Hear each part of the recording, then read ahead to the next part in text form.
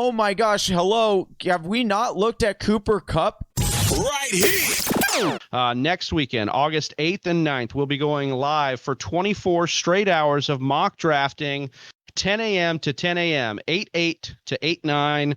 That's Saturday to Sunday. We are going to be doing this thing. So make sure you're subscribed and you're liking our stuff over on YouTube, because that's how you get in. And then make sure you follow us on Twitter, because that's how we're putting the links out, the sleeper links. But we want to talk about guys at the wide receiver position that are the worst values because of their ADP right now. Guys you're staying away from. So, Johnny, who's a guy that, like, you looked at the ADP and you said, you know what, not for me. I'm not going to do this year.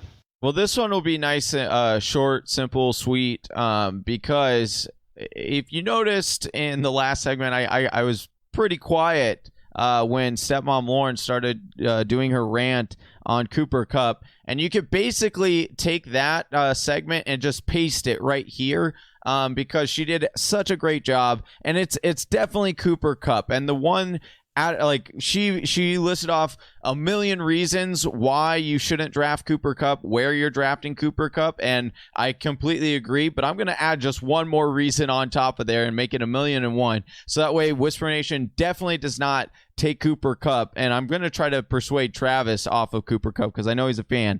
But the last thing I'll add, because all the stats were great on from Stepmom Lauren, the last thing I'll say, I have been a huge advocate for a very injury-prone wide receiver. Who normally I'm not. I kind of stay away from injury-prone wide receivers and stuff like that. But this year, Will Fuller screams like an absolute screaming value to me, because I do think that he could have been the answer to my dark horse number one. To be honest with you, but I talked about him so much that I didn't want to do that. I want to bring some fresh new content. Yeah. But here's the big thing. Everyone, when we said that, everyone said, well, why would you do that? He's an injury risk. Like, you're going to have him for 5 games and then he's going to get injured. Oh my gosh, hello. Have we not looked at Cooper Kupp over the last few years? Dude cannot stay healthy. He has not played all the full season at all. He's had ACL injuries, just like Will Fuller. He's had concussion issues, which luckily Will Fuller, to my knowledge, hasn't had a concussion. And then you look at where the injury risk, if you look at Pro Football Focus injury risk assessor on there, as well as our risk assessor, Cooper Kupp's risk assessor is at 54%, and Will Fuller's at 63%. So it's a 9% difference, and yet Cooper Kupp is going in the 3rd round ADP, and Will Fuller's going in the 8th, and people are like, why would you take an 8th round pick on Will Fuller? But yet they just ignore that fact when it comes to Cooper Kupp. It's unbelievable. I can't believe it. I can't stand for it anymore. I gotta make my my argument known and my voice heard. No more Cooper Kupp. I think Whisper Nation knows you hate Cooper Kupp, so we'll just let that be known. It's there. It's written in stone. It is known. You have spoken. But Stepmom Lauren, we were talking about these dark horses and how many guys you liked. Are there anybody you're picking out? Maybe it was Cooper Kupp. We talked about the difference, but some of the guys that you're looking at their value and just saying, kind of saying, no, not today. Yeah. So there's one, I hate to say it because I hope I'm wrong, but OBJ. Oh, whoa! I know. Almost picked OBJ for a league winner. So this one's wow. Right. Yeah, let me hear it. Yeah, that's why it's so hard to really commit to that. So that's not really my answer. Okay. It's hard to commit to it's it. False. She was teasing us. I am. He does have the opportunity. He has the talent. I mean, and plus he's going to be healthy this year. Fingers crossed. So, I mean, a lot, that's going to be maybe someone's popular idea, maybe not on this platform, but I've heard it thrown around like, oh, I can't believe you're going after OBJ in the 3rd. I'm like, he's an elite wide receiver going in the 3rd. I mean, yeah. I understand it's Baker Mayfield. Like, I get it, but the opportunity is still there. Right. My main one is Cooper Kupp, only because of, not only, but because of the reasons we mentioned before. Johnny, thank you for adding 1,000,001 for me there. Another one I will throw out is going to be Calvin Ridley. Oh, whoa. Oh, yeah. Yeah. All right. Let's hear this. No, it's not Calvin Ridley. Who was it that I was thinking of? Oh, okay. Hold on. I had it right here in front of me, and now it's not there. Anyway, no, I'll just stick with Cooper Kupp. Right. Yeah, that's Cooper Kupp's. Look, I think that's a popular opinion. It's tough. Like, we're looking at all these guys. No, it was Calvin Ridley. It was Calvin Ridley. Only because of She's back. She's back. Only because of Okay. So you Todd think Gurley. that Hayden Hurst will pull from Calvin Ridley's upside? And look, if we're I talking think about injury, eventually it will. I think Calvin it Ridley's another injury risk too. Yeah, I think it caps his upside. I love Hayden Hurst as someone who is going to blossom as the season goes once he gets his feet underneath him in that offense. I think it just diminishes his volume just a little bit. So a lot of people were really high on him. Like before the Hayden Hurst move, it was like, this is going to be Calvin Ridley's breakout. It still may be. I'm just not sure in the 4th round if that's really where I want to spend my 4th round pick on Calvin Ridley as opposed to looking at other positions. So if you were going a little later, maybe 5th or 6th, it would be a little bit more enticing for me.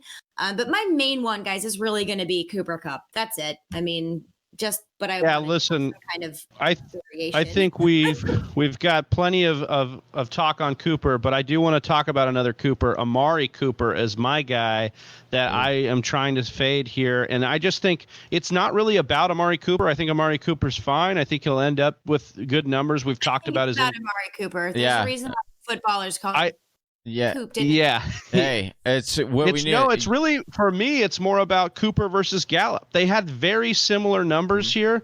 Okay, we're talking about Cooper ended up as the wide receiver 10, and Gallup ended up as number 23. But Cooper had 119 targets, 79 receptions, nearly 1,200 yards, and 8 touchdowns. Then you look at Gallup, 112 targets, 66 receptions, 1,107 yards, and 6 touchdowns. Gallup missed 2 games, though. They have identical points per game as fantasy points per game at 10.5. Gallup is screaming value here as a guy that can look. I think even people want to talk about CeeDee Lamb.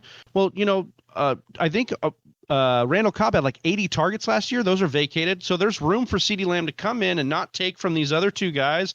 We're talking about a Mike McCarthy offense. Kellen Moore's still calling plays. Continuity's there. But Mike McCarthy has always been about pushing to the wide receivers in his past with Green Bay and even in San Francisco. So for me, fade Amari Cooper. You could get other value there, and you could get a guy in Michael Gallup who has just as good a shot to end up the lead wide receiver in Dallas, in my opinion, as Amari Cooper, especially with Amari Cooper's injury history, too. We're looking at that, his own inconsistencies at the position. I just think that Gallup is the way better value here, and so it's easier for me to fade Cooper.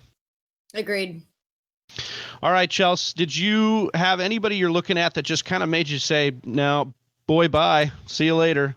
Yeah, I was actually unpacking and had somebody walking down the street speaking really loudly on the phone about the Tampa Bay Buccaneers. And he was like, I just don't understand how they're going to do it with all these receivers. And I've been really thinking about it. And I sort of mentioned it in this last one, but how Chris Godwin, Mike Evans, I mean, it's such a crowded amount of people. We still have O.J. Howard in the tight end role, Rob Gronkowski coming in as Tom Brady's, beloved. I just don't understand how these 2 wide receivers and Chris Godwin and Mike Evans going back to back. And, we mentioned this in our July's top 24 wide receiver ADP episode. But it just kind of scares me. I don't want to touch either of them. I don't know how either of them can return on that value when they're both going side by side within the top 10. I think within the top 7 wide receivers. I'll tell you how. It's that Tom Brady is going to throw for 40 plus touchdowns. That's how. Well, I think I get it. I get the upside of this offense, and Father Time could be right around the corner. We could finally say that Tom Brady is done here. You've been saying that for like 5 years now. We've been trying to say it, and it doesn't work. So I fear to say it, but I really like this point that Chelsea's made. Sigmund Bloom actually brought this up. Shout out to Sigmund Bloom at Football Guys. He brought this up too. It's like, are we just a little too high on both of these guys? Is there a right answer, or should we just say maybe just skip both and get a different wide receiver? Because really the downside is that one of these guys isn't going to be the guy, or the downside is they both just kind of share the load as a true number one. And you could actually get a real number one within that same range. And so I love that Chelsea brought this up. It's not a popular opinion. We love the talent of Mike Evans. We love the talent of Chris Godwin. They're both uber talented, but maybe this is an offense that doesn't throw as much because they don't need to. Maybe it's a more efficient offense.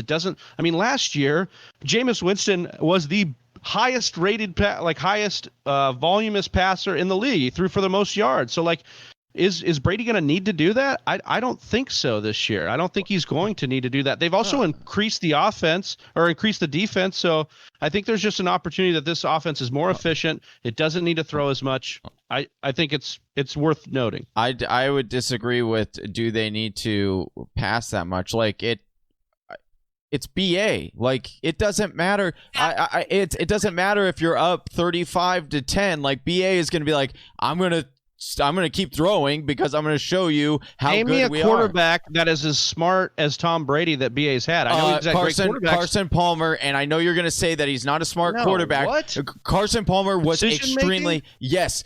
Yeah, you're an Arizona Cardinals fan. I know why you're saying Carson Palmer's as good as Tom Brady. No. I'm not Jesus, saying no. man. I'm not. Hold on. No. I didn't say he was as good as Tom. I said you said mentally as you smart. said as smart. Yes. Tom. Okay. So you're saying Tom Brady. To earth. You think Tom Brady is the smartest football player we've ever seen at the quarterback position? Because I'll say Ryan Fitzmagic is smarter than Ryan Fitzmagic is smarter than Tom Brady. So, like, it does. I don't care about smarts on Harvard. Like, yeah, I'm saying football IQ. I'm not saying real IQ, bro. Oh my gosh! I'm saying on the field. Unbelievable. If Keyshawn Vaughn can be a guy, better than what Tampa Bay has seen in their run game, I would definitely buy that they won't need to throw as much. Maybe a little bit less, like you were saying about efficiency, because Tom Brady is a very efficient, veteran, smart quarterback. It just goes against the intrinsic DNA that is Bruce Arians and his kind of offense. So I don't know. And what are they going to do? Be like, let's give it to our featured back, Ronald Jones II. No, we're going to be like, let's throw it and get another touchdown. I mean, that's kind of how I see it. I think if there is going to be decreased volume, it's going to be a little bit. But if you don't buy into the Tampa Bay offense, if you're kind of like, well, let's just get both of them together, and you are kind of eyeballing, Chris Godwin, don't forget about Kenny Golladay in Detroit with Matt Stafford back. Oh, I love Kenny G. I love Kenny Golladay. So that's someone you can target if you're not so sure about Tampa. Yeah, I have done that in a few mocks to just skip the Tampa Bay wide receivers and pick Kenny G because the upside of him being a number one wide receiver is through the roof there because of Stafford. So I love that take. Thank you for listening to the Fantasy Whisperers podcast. You can hear more from John and Travis on Google Play, SoundCloud, and iTunes. You can also follow us on Instagram, Facebook, and Twitter at TF Whisperers.